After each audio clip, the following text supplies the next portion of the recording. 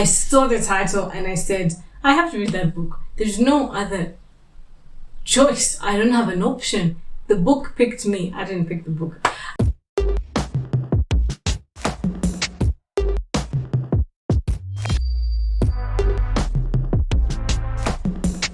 Hey, Chipper Girl here. Back with the Reading Africa Talent series, and we are camping in Equatorial Guinea. So the Memory of Love has a bunch of African countries mentioned. So the three countries that were mentioned in the Memory of Love were Mali, Equatorial Guinea, and Mauritania. So so those are the three countries that I'll visit, obviously.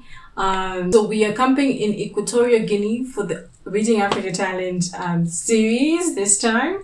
And this is the book that threw me off this challenge. It honestly, because I started read this book. Ghana was like, okay, then next. Then I went to, what was after Ghana? Liberia. I'm like, yes, let's do this. And then from Liberia, I was like, oh, we're going to Sierra Leone. Let's do this.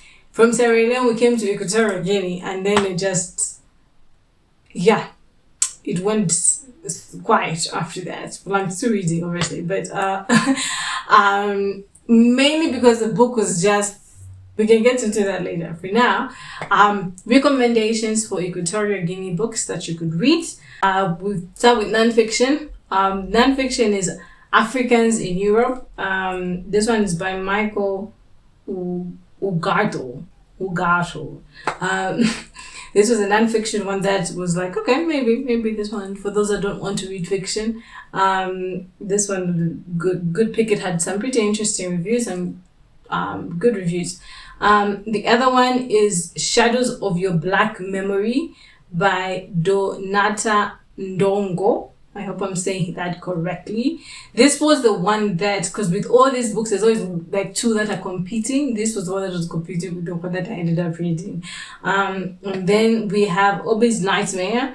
This one, I just liked the cover. I thought the cover was like, oh, this is a nice cover. Maybe I might read it. But I didn't. And then the fourth one is La Bastard by Trifonia Melibai Obono. This one is actually banned in Equatorial Guinea, apparently. I don't know why. Maybe that's the one I should have read. But it's apparently banned in Liberia. I think it's in Spanish. I do know that there should be an English translation of it. But it's originally written in Spanish. I think almost all the books that I stumbled on from Equatorial Guinea were written in Spanish. Equatorial Guinea is also the only African country to have Spanish as its official language. So there's that. So those are the recommendations for Equatorial Guinea. So the book that I ended up reading is By Night the Mountain Burns, which I picked solely because I liked the title. Honestly, I saw the title and I said, I have to read that book. There's no other choice. I don't have an option. The book picked me. I didn't pick the book. So By Night the Mountain Burns by Juan Thomas Avila L'Oreal. If you read my if you've seen my mid-year check-in check-in July, you probably know that I read this book in June. And so this is what I meant when I said that when I got to this book, everything went downhill. It took me 3 months to read this book. 3-4 months to actually, I started it, but to just really get into it, it was a struggle. But just to read a bit of the synopsis, By Night the Mountain Burns recounts a narrator's childhood in a remote island off of the West African coast, living with his mysterious grandfather, several mothers, and no fathers. That's generally a good synopsis. So it's told by a child, from a child's perspective, and it's told in an oral story, right? Like, it's not, and written stories and oral stories are very different. You require different skill sets to deliver the information of whatever you're trying to deliver.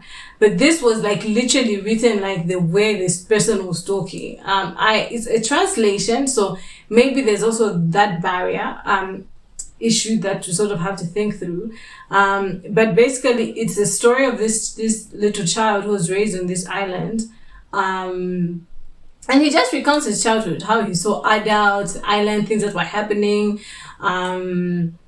It's an island that has no fathers. It's just a whole bunch of mothers, and the fathers are not there. They kind of just disappear. They go to another island after they have that child, I guess, after the wife or the mother has the child, and the women sort of stay on their own with elderly men, like really elderly men, but not fathers, not the fathers to the children.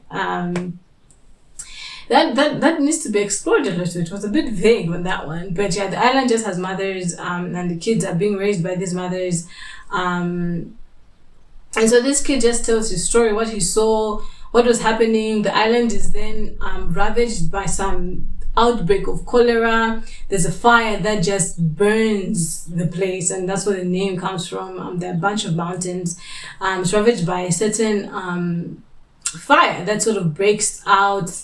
And then, we have these quote-unquote sea monsters, sea gods that they have to give to appease when they go through all these strifes and whatnot. It's not a story of a particular person. It's a story of a place.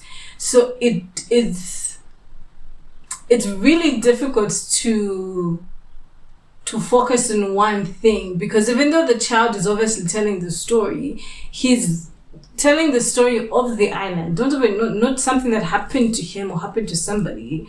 It's just things that were happening on the island. So it moves from different. It obviously tries to sim into all these different stories and connect them, right? There's a thread that's following all these different events, but generally it's just a story of a place. The kid who's telling the story stays with the grandfather, who is believed to be some mythical strange being. He didn't really know, what's up with this grandfather. He kind of seems weak, useless, and pointless, and to a certain extent, you almost don't like him as well, because the kid just didn't know about this grandfather, who just ignored them and seemed to dismiss him. But as the story ends, you start to see the grandfather for what he is. And it's beautiful to see and behold, and just like, oh my gosh, the kid had no idea, he just, oh, poor little boy. And you see what really happens in the village, and how this island takes all these different shapes and form as all these events happen. The cholera, the fire, the appeasing the gods, these foreigners that sort of almost come up, not really to take over the island, but I guess in a sense, take over it. And it ends really calmly, really sweetly, and you almost feel like you lived on the island. You almost feel, at the end, I absolutely loved it. I'm just like, oh, it's such a sweet book. I gave it a 5 out of 5. This is coming from a place where I hated. I cannot emphasize enough how much I did not like this book at all at the beginning. I was just like, I'm never going to read this book, but I've already committed to it. And so it took me like 3-4 months. And that's how come I ended up falling back with my Reading Africa challenge, because I think the first books I read them like in 2 months. The first 4, I think they were like a week or 2 apart. And then I got to this one, it was just like months and months of pushing through it. But I finished it and I loved it. I loved it. I don't give 5-star ratings easily. Honestly, there are books that I know I should give 5-star ratings, and I'm just like, but no. I don't think we'll give it a 4.9. But this one is a 5-star rating because I think it like the previous book, it helped me get out of myself. And it brought the island to life, really. It really did. Make me feel like the island was just there. Beautiful book by Night the Mountain Burns, by Thomas. Recommend it, but you really have to be willing to push through through. Like, I'd get it if you toss it, I honestly understand. I know I said this about the previous book as well, but like, I loved it. I enjoyed it. And at the end of the day, really, it's about how do you feel about the book. And I liked it. So that's that for Equatorial Guinea by Night the Mountain Burns. Thank you for watching. Bye.